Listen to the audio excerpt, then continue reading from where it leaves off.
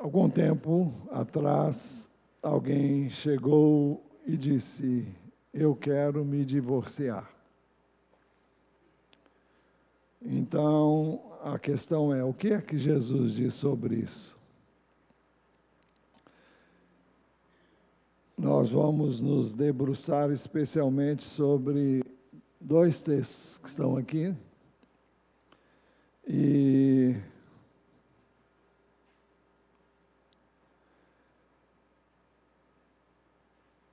não vou ler o texto, mas vamos ministrar verso por verso.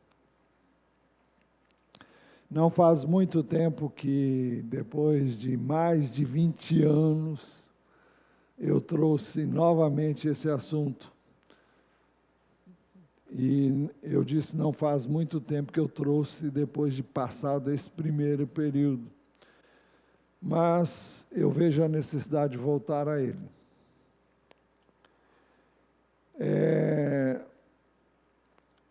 Já vimos que durante a pandemia, que penso, espero, já tenha acabado, pelo menos na minha cabeça, eu não estou vivendo mais esse momento, não.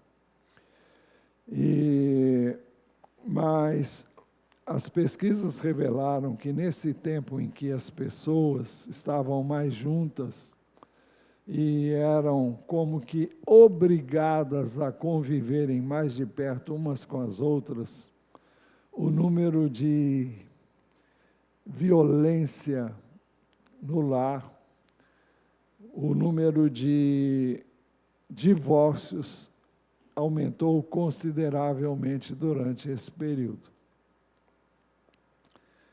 Isso tem uma explicação muito fácil de entender.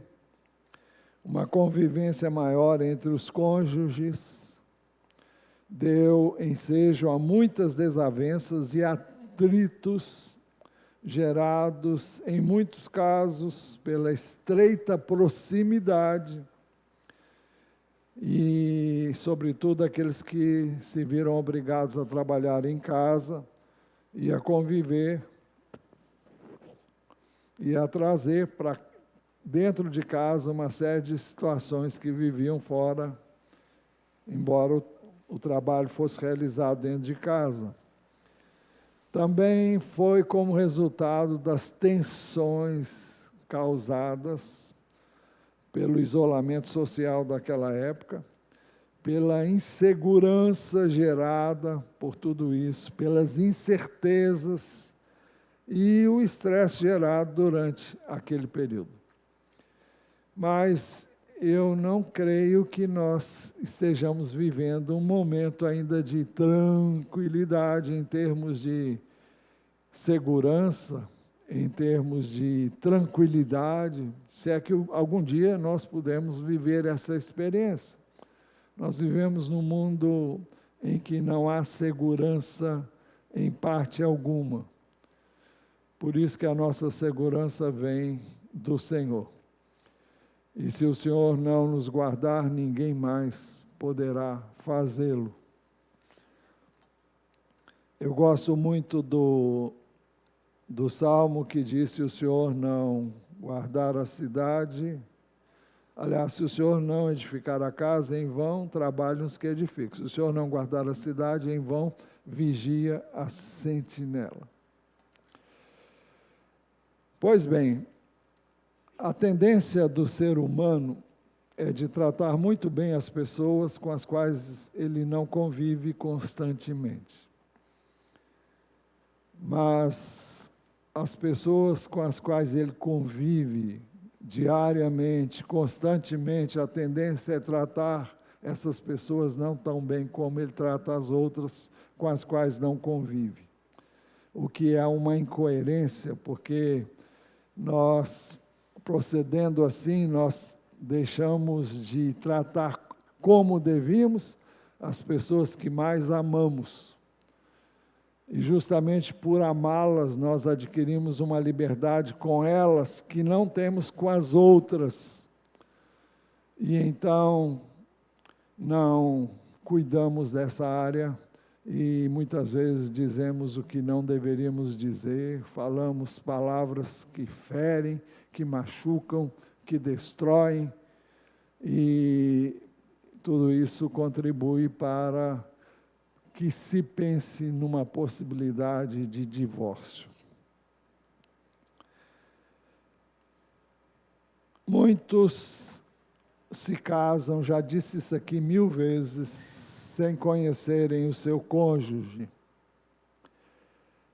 E não há como conhecer uma pessoa, a menos que nós convivamos com ela o máximo possível, nas situações as mais variadas possíveis e imagináveis.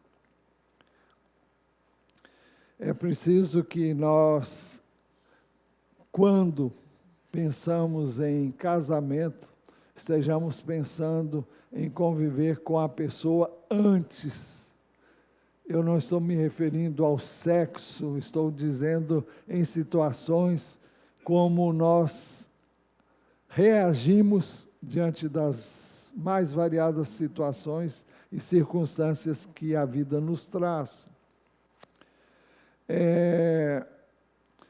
Nós conhecemos melhor as pessoas quando enfrentamos juntos crises e situações onde é possível ver quem realmente somos de verdade, em situações de medo, de insegurança, de estresse, de angústia, de aflição, de ansiedade e pressão contínua geradas por dificuldades financeiras, atritos de família, desafios mal entendidos, incompreensões, injustiça e acusações infundadas. Tudo isso acontece nas melhores famílias e são circunstâncias que nos alcançam de uma ou de outra maneira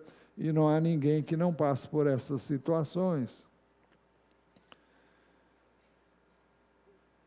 Não há como dizer que você não tem medo, não há como dizer que você não se sente seguro muitas vezes, que você fica estressado, que você fica angustiado, aflito, ansioso,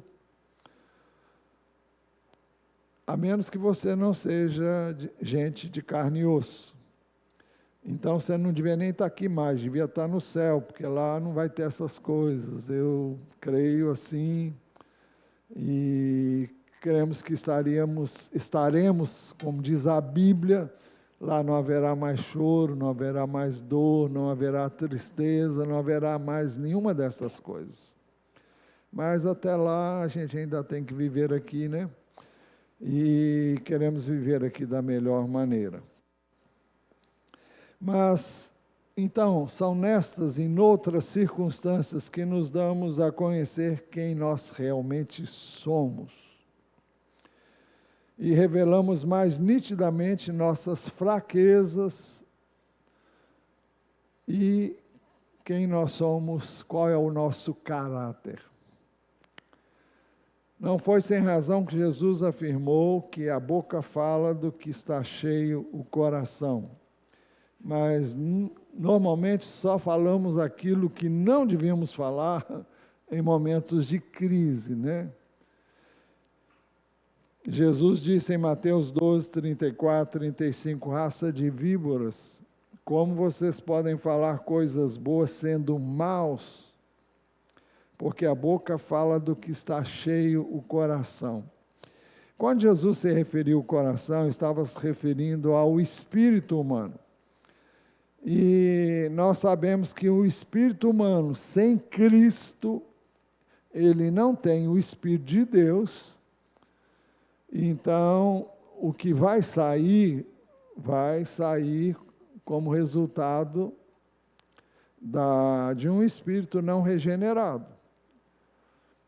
Mas é possível também que, mesmo sendo você regenerado, você dê lugar à sua carne, à sua velha natureza, se você ainda não se deixou renovar na sua mente pela palavra de Deus, mas isso não é assunto para agora. Mas Jesus diz, raça de víbora, como vocês podem falar coisas boas sendo maus, porque a boca fala do que está cheio o coração. A pessoa boa tira do tesouro bom coisas boas, mas a pessoa má do mau tesouro tira coisas más. Jesus também afirmou que não existe nada fora da pessoa que, entrando nela, possa contaminá-la. Ele estava se referindo a comidas, mas o que sai da pessoa é o que a contamina. Ou seja, é aquilo que eu falo que me contamina. É aquilo que eu digo que contamina também as pessoas. Quantas vezes nós ouvimos desde a nossa infância, quem sabe, não foi o meu caso, mas sabemos de muitas pessoas que desde crianças são acusadas de burrice, de que não dão para nada. Minha mãe era semi-analfabeta e ela escrevia muito mal. E ela frequentou a escola muito pouco. E quando ela frequentou a escola, a professora, porque ela errava, existia um castigo chamado de palmatória. Quantos conheceram e sabem o que é palmatória? Pois é uma espécie de uma tábua, do tamanho da mão, ela é perfurada, e quando, olha, é uma dor que não dá para avaliar. E quando ela errava, ela era castigada com palmatória. E ela não desistiu de estudar, e naquela época a mulher não era muito valorizada. Os homens tinham instrução, mas as mulheres não se valorizava o ensino para as mulheres. E ela não teve o ensino que devia. Mas eu nem sei, me perdi, porque eu estava, onde é que eu queria chegar? Mas, então, a questão básica é que, muitas vezes, nós aprendemos desde criança, ouvimos, é isso que eu queria dizer, ouvimos, olha, você não presta, olha, você não vai dar ninguém na vida, olha, você não aprende mesmo, você é burro, você é isso, você é aquilo. E quando nós aceitamos essas coisas ficam, causam traumas, causam uma série de situações que vão realmente fazer com que pensemos de nós as piores coisas. Isso nos traz, muitas vezes, sentimentos que não são legais. E por isso é importante que nós entendamos que Deus nos amou como nós somos. Eu não estou falando do pecado. Com pecado mesmo, porque Ele nos amou quando nós ainda éramos pecadores. Não que possamos permanecer no pecado, mas Deus nos aceita como nós somos, apesar das nossas limitações gritantes, Ele nos aceita e nos ama, não porque nós somos o que somos, mas porque Ele nos amou e se entregou por nós. É o amor incondicional. Quando nós entendemos isso, nós podemos amar a nós mesmos e podemos, então, amar as pessoas e perdoá-las. Eu estava pensando que essa mensagem tem muito a ver com o que nós vimos quando estudamos sobre a oração que Jesus ensinou, o Pai Nosso. Estava conversando com uma pessoa nesta semana e dizia para ela, olha, uma das maiores necessidades que a igreja do Senhor tem é de perdoar, é de pedir perdão e é de dar perdão. Foi o que nós vimos em Mateus, capítulo 6, versículo 12, quando Jesus nos ensinou a orar: e perdoa-nos as nossas dívidas, assim como nós também perdoamos aos nossos devedores. Também vimos: e não nos deixes cair em tentação. Não, espera aí.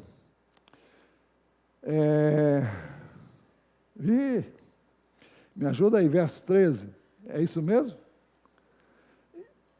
E não nos deixes cair em tentação, mas livra-nos do mal. É isso? Tá, mas eu pensei que tivesse alguma coisinha antes, mas tudo bem. Então, são coisas que nós temos que aplicar no dia a dia, porque é através da aplicação destes princípios que nós vamos refletir realmente aquilo que Jesus planejou e nos ensinou a fazer e a viver. E perdão é essencial. Perdão para dar, perdão para pedir. E não há nenhum casamento que sobreviva sem esse princípio de perdoar. E nós perdoamos porque somos perdoados. E se não perdoamos, não somos perdoados. Porque se perdoarem aos outros as suas ofensas, também o Pai de vocês que está no céu perdoará vocês. Se vocês não perdoarem aos outros as ofensas deles, também o Pai de vocês não perdoará as ofensas de vocês. Mateus 6, 14 e 15. Então, isso é essencial. Não há vida cristã sem perdão, e você é obrigado, obrigado não é a palavra muito adequada, mas você é constrangido a fazer isso, porque senão o seu cristianismo não passa de religiosidade oca e desprovida de qualquer significado. E se nós não cultivarmos o perdão, não há como continuar em lugar nenhum, em nada que fazemos, porque o tempo todo nós nos relacionamos com pessoas, e o lugar onde nos relacionamos mais de perto é com o nosso cônjuge, é dentro da nossa casa, é com os filhos, e os filhos com os pais, e demais membros da família. Então, Jesus afirmou que o que contamina o homem não é o que entra pela boca, mas é o que sai da sua boca. É isso que contamina o homem, contamina você e contamina as pessoas que estão ao seu redor. Durante todo o tempo, temos aconselhado pessoas que querem se casar e terem uma convivência continuada com quem pretendem se casar, que lhes permita conhecer um ao outro antes do casamento. Então, repetindo, durante todo o tempo nós temos aconselhado as pessoas que querem se casar a terem uma convivência continuada, mais de perto, mais demorada, com o seu futuro cônjuge. E tenho que dizer outra vez, não me refiro a sexo. E é bom que toquem o menos possível um no outro durante esse período, para que você então seja quem realmente você é, para que você seja transparente, porque a relação física antes do casamento, ela compromete a sua autenticidade, compromete a sua transparência e compromete a legitimidade do seu amor pela pessoa com quem você pretende casar-se. Porque você não tem que amar o corpo, não tem que amar o prazer de estar numa relação afetiva fisicamente. Porque nessa relação afetiva, normalmente, Em 168 horas de casamento, 168 horas por semana, você convive muito pouco nessa intimidade maior. Você pode somar todos os minutos de carícias, de convivência íntima, e você vai ver que vai dar uma quantidade bem relativamente pequena se comparado ao restante do tempo. E se nós não conhecermos as pessoas, como é que nós vamos lidar com ela quando não estamos na cama, quando não estamos acariciando um ao outro?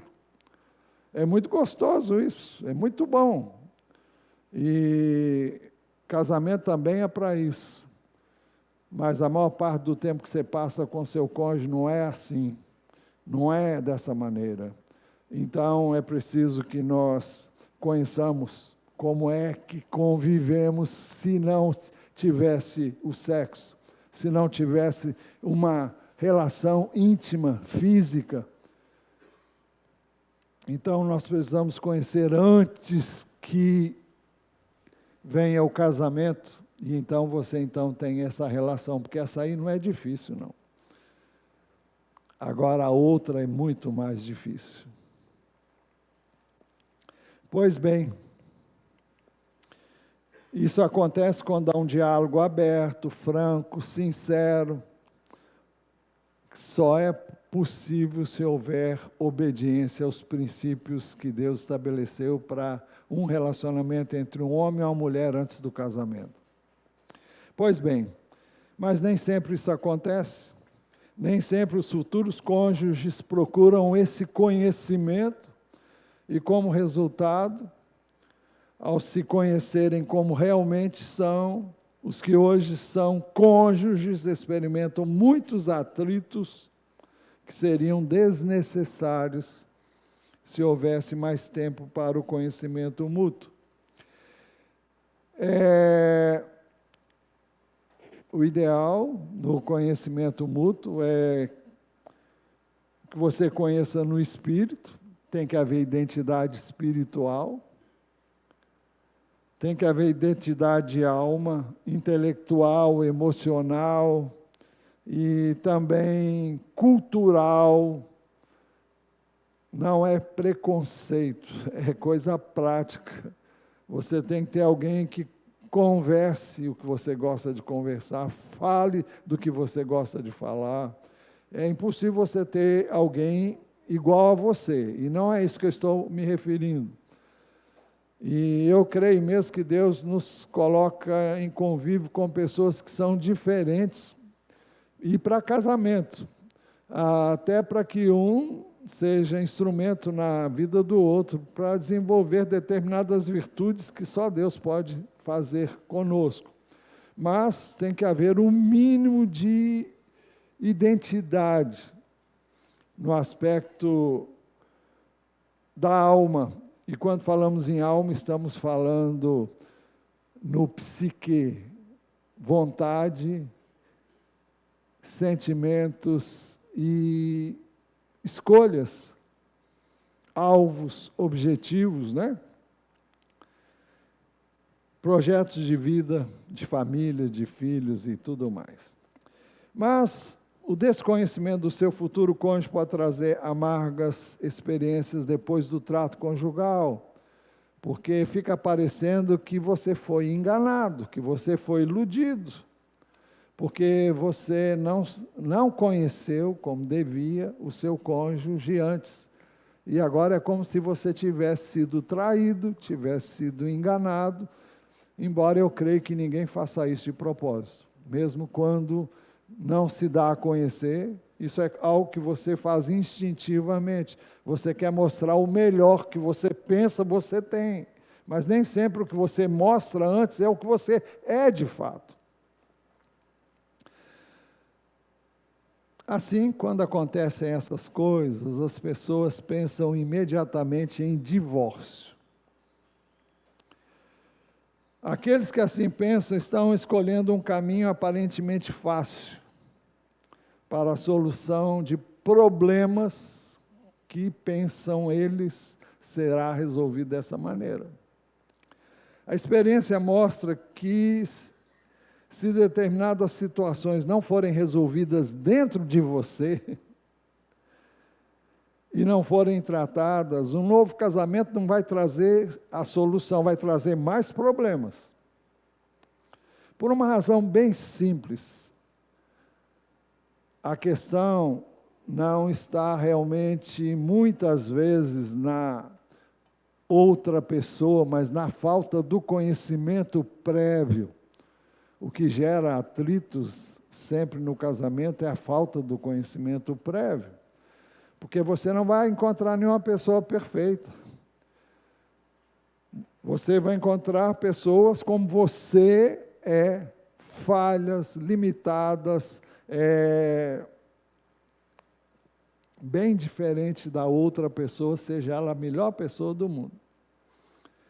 Então, a menos que nós, desde o início, aprendamos a aceitar as pessoas, como o cônjuge futuro, como a pessoa realmente é, e aqui eu incentivo você a ser o que você realmente é, agora, para que não haja surpresas depois, porque a gente ama o que conhece, e quanto mais conhecemos, mais amamos. Vocês já ouviram falar, quem ama o feio, como é que é? Bonito lhe parece? É isso mesmo. Você pode amar uma pessoa que fisicamente é feia demais. Mas você pode amar, você gosta dela. E os outros não gostam. Que bom que ninguém gosta, é só você mesmo. Então, o amor não está circunscrito a determinadas situações. Você pode amar perfeitamente uma pessoa que a maior parte não amaria, mas você ama. Nos nossos dias de folga, eu não sei se eu vou ter tempo de terminar essa mensagem, mas no nosso dia de folga, às terças-feiras, nós temos visto uma série de filmes, como eu diria, de origem, como é que é? Coreano. É o que chamam aí de, como é que é? Dorama, sim, sim. Não tem nenhuma vergonha de dizer não. A gente assiste isso todo dia de folga. Pelo menos um capítulo. Nós estamos vendo um filme que como é que chama? Uma advogada extraordinária. Quem já viu esse dorama aí? Ninguém gosta muito dele, muitas pessoas começaram e não foram até o final. Mas mostra uma menina que depois cresce, se torna adulta, e ela é autista. E cresceu com alguns complexos e algumas limitações típicas do autista. Só que ela é um gênio em termos de outras áreas onde ninguém é capaz de fazer o que ela faz. Ela tem uma capacidade de memorização de coisas e ela é fantástica realmente no filme, né? E ela nunca, as pessoas poderiam imaginar, essa moça nunca vai casar. Quem é que vai gostar de um autista que às vezes vive numa vibe totalmente diferente da normal? E eu às vezes digo para a Ana Bia que eu me sinto muitas vezes um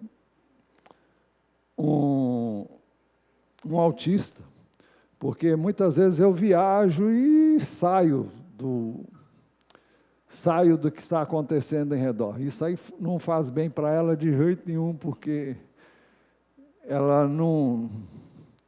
É como se eu saísse do ar, né?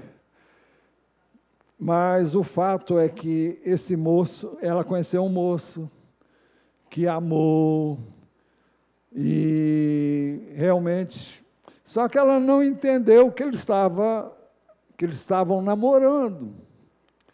E para ele já era um namoro. E ele gostava de sair com ela, de ir fazer as coisas que ela gostava. E um dia ela disse para ele que não estava namorando. Ele falou: como?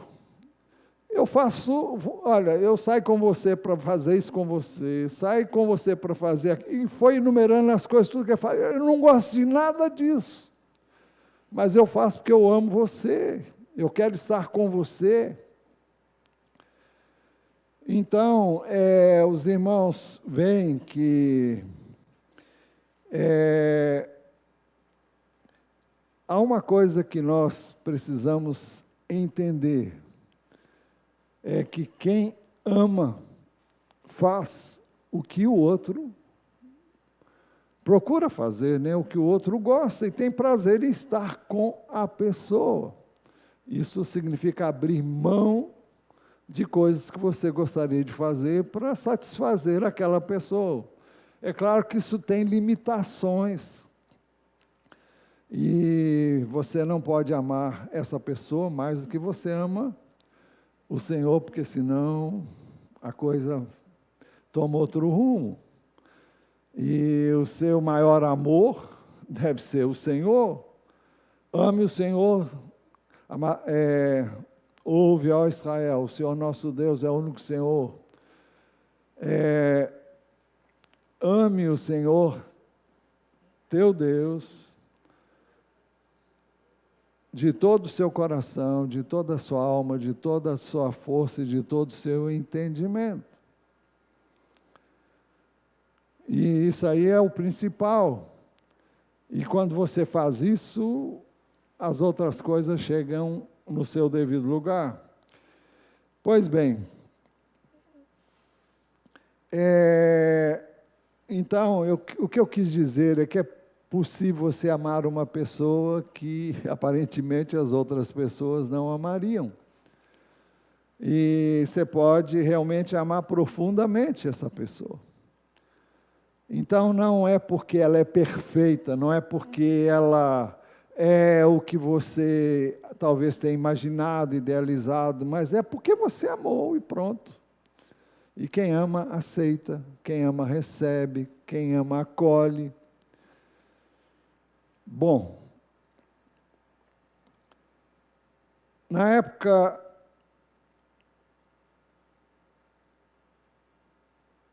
então, eu estava dizendo que a experiência mostra que se determinadas situações não forem convenientemente tratadas, um novo casamento não trará solução para os problemas enfrentados.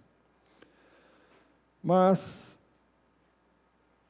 isso não é um assunto novo. Na época de Jesus, que Jesus veio aqui como homem, o assunto era controvertido. Por isso dissemos que alguns fariseus se aproximaram de Jesus e, testando, perguntaram: é lícito ao homem repudiar a sua mulher por qualquer motivo? Qual era a razão desta pergunta? A pergunta é porque a lei sobre o divórcio dizia o que está em Deuteronômio 24, de 1 a 4. Se um homem tomar uma mulher e se casar com ela, e se ela não for agradável aos seus olhos, por ter ele achado coisa indecente nela, e se ele escrever uma carta de divórcio e entregar à mulher e a mandar embora, e se ela, saindo da casa dele, for e se casar com outro homem, e se este passar a odiá-la e escrever uma carta de divórcio e a entregar à mulher e a mandar embora da sua casa, ou se esse último homem que a tomou para si por mulher vier a morrer, então o primeiro marido dessa mulher, que a mandou embora, não poderá casar-se de novo com ela, depois que foi contaminada, pois é abominação diante do Senhor. Assim vocês não farão pecar a terra que o Senhor, seu Deus, lhes dá por herança. Então o verso 1 diz: se um homem tomar uma mulher e se casar com ela, e se ela não for agradável aos seus olhos, por ter ele achado coisa indecente nela, e se ele escrever uma carta de divórcio e entregar a mulher e a mandar embora. Entre os judeus havia duas escolas de pensamento que interpretavam esse ensino. Uma delas é chamada de Hillel e a outra de Shammai.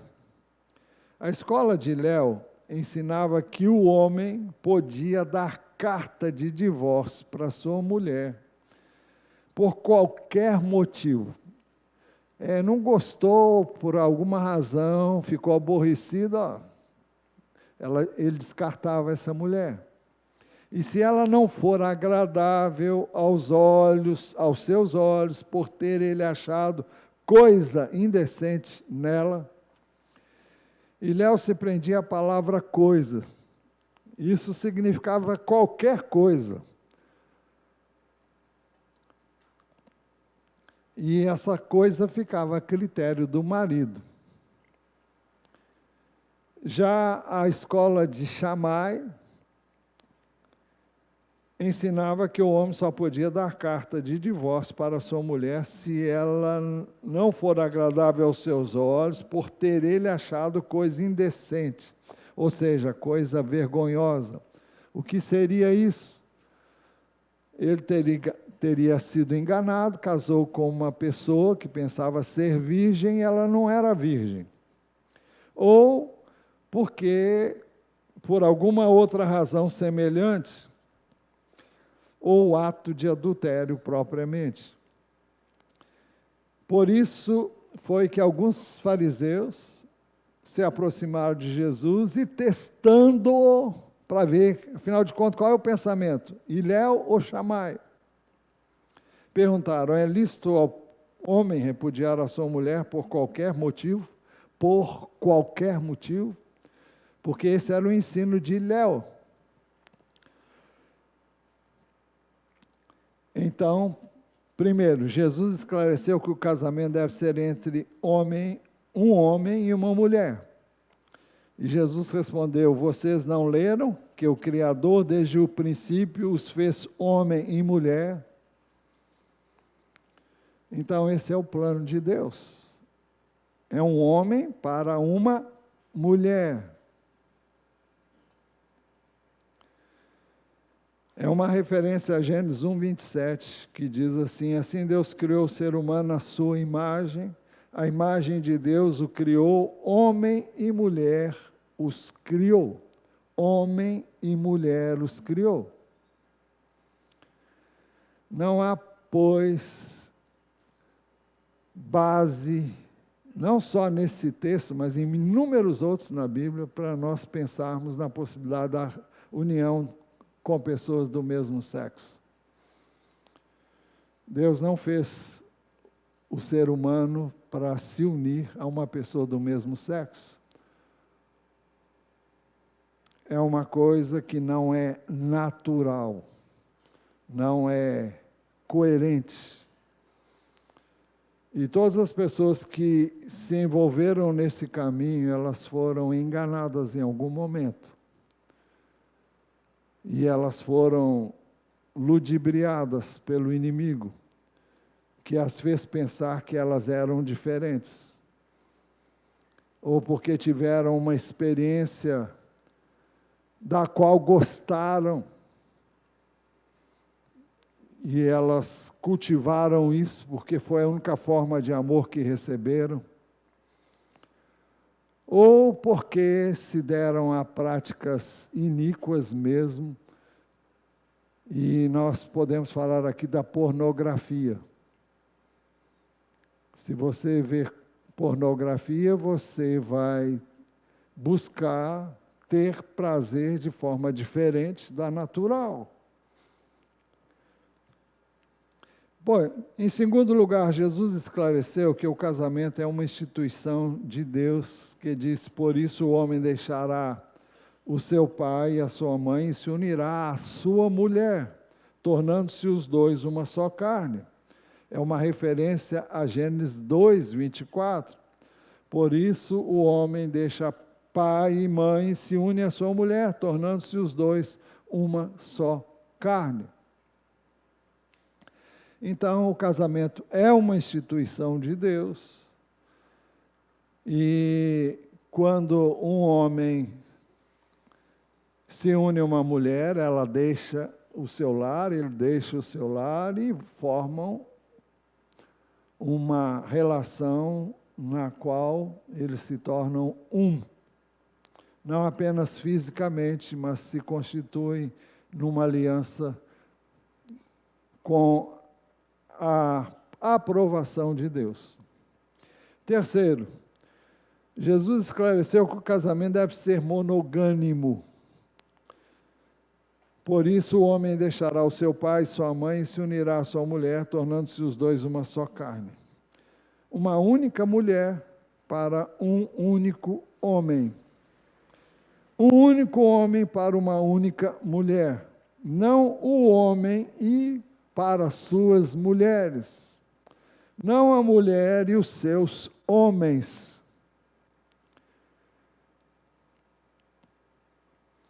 O texto de Gênesis diz que Deus, depois de criar o homem, Deus fez para ele uma adjutora, uma única mulher. Quando Deus decidiu destruir a raça humana, pelo dilúvio, por causa do pecado, ele decidiu também preservar uma família de 8 pessoas, constituída de 4 casais. Noé e a sua mulher, Sem e a sua mulher, Cã e a sua mulher, Jafé e a sua mulher. Gênesis 7, 13. Neste mesmo dia entraram na arca Noé e seus filhos Sem, Cã e Jafé, a mulher dele e as mulheres de seus filhos. Então, Deus planejou o casamento monogâmico, ou seja, um homem e uma mulher. Em quarto lugar, Jesus esclareceu que o casamento é uma aliança, formando-se os dois uma só carne, de modo que já não são mais dois, porém uma só carne. É assim que Deus vê um homem e uma mulher que se uniram pelos laços do casamento. Então não há como pensar em divórcio. Por isso também, em quinto lugar, Jesus esclareceu que o casamento é uma aliança feita por Deus, que o homem não pode separar. Portanto, ele diz que ninguém separe o que Deus ajuntou.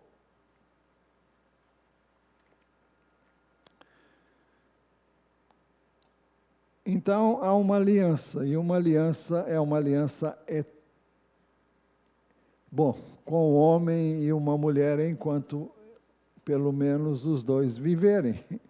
Quando um morre, o outro fica livre para um novo casamento. Foi com esse propósito e com base nesses princípios que Deus instituiu o casamento.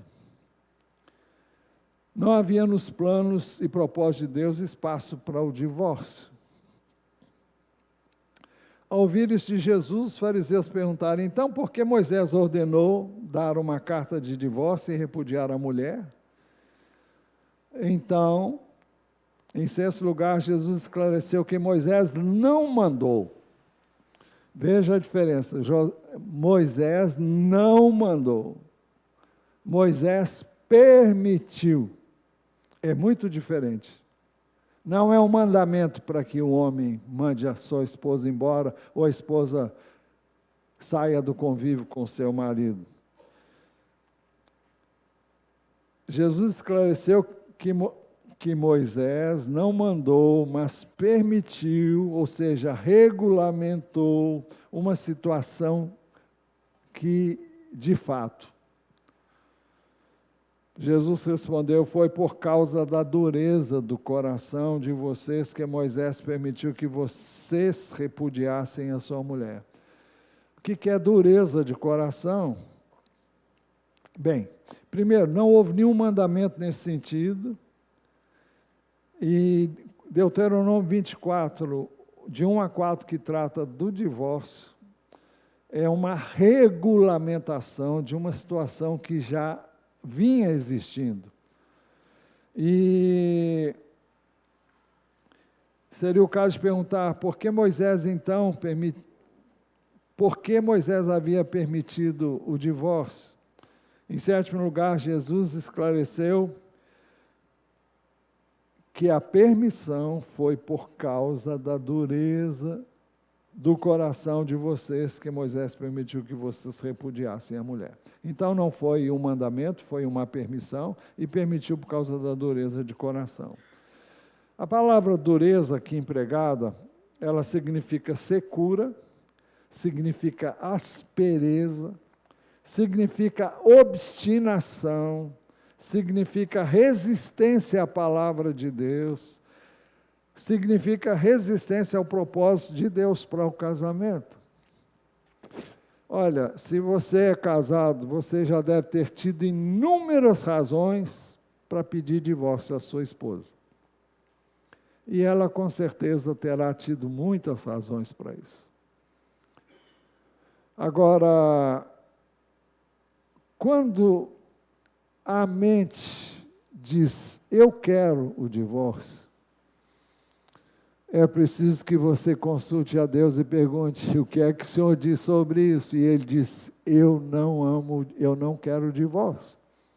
Nós vamos ver isso já já. Então, nós temos que ter cuidado para não nos deixarmos guiar pela nossa mente, pelos nossos sentimentos, pelas nossas dificuldades numa relação conjugal.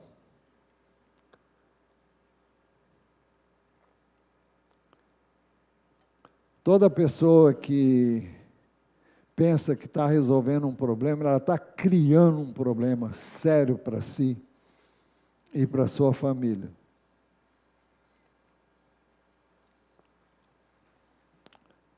Oitavo, Jesus esclareceu que não foi este o propósito de Deus ao instituir o casamento,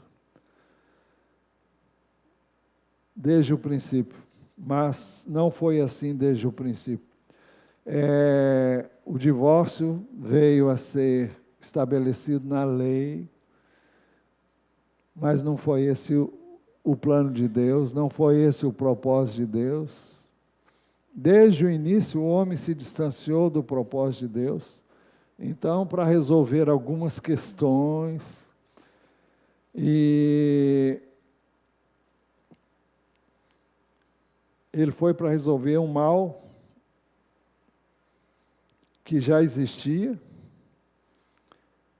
para evitar um mal maior. Deus expressou claramente seu pensamento sobre o divórcio no último livro do Velho Testamento, Malaquias 2,16, porque o Senhor, o Deus de Israel, diz que odeia o divórcio, diz o Senhor dos Exércitos. Portanto, tenham cuidado e não sejam infiéis. Ou seja, não largue a sua para ter outra, não largue o seu para ter outro. O Senhor odeia o divórcio. Odeia. Tenha isso em mente. A vontade de Deus está muito clara quando Ele diz isso. Então tem jeito para tudo. Se você quer. Se você fizer aquilo que Deus manda que você faça.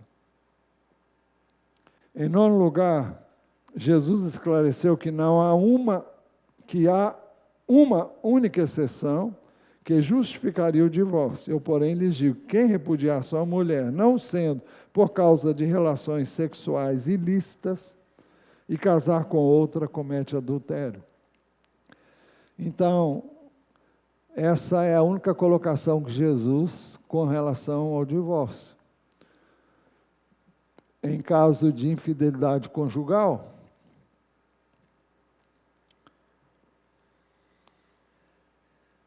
agora é preciso que se veja o que foi que causou essa infidelidade. E se você pisou na bola por alguma razão, nós vamos ver isso, se Deus permitir, melhor na próxima mensagem. Nós vamos ver as questões que podem levar alguém a fazer o que não devia de fazer. Será que você assistiu realmente o seu cônjuge? Será que você fez o seu dever de marido, o seu dever de mulher? Será que você trata bem o seu cônjuge como você gostaria de ser tratado ou tratada? Porque as pessoas, muitas vezes, cometem esse pecado, porque um dos cônjuges pisa na bola, mesmo que não seja sendo infiel, mas ela cria uma situação que pode viabilizar na mente do outro a infidelidade. Falta de atenção, falta de cuidado, falta de viver a palavra de Deus tal como Deus ensina ao homem e à mulher. Jesus tornou claro o propósito de Deus desde o início, também para os nossos dias. Em 10º lugar, Jesus esclareceu: porém lhes digo, quem repudiar a sua mulher e casar com outra comete adultério. Ou seja, se você mandar a sua mulher ir embora e casar com outra, você adultera.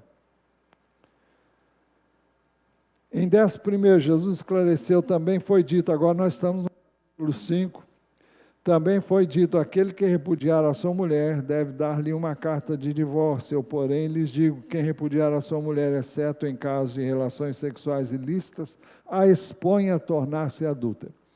Quando alguém se separa de alguém, ele está expondo essa pessoa à prática do adultério.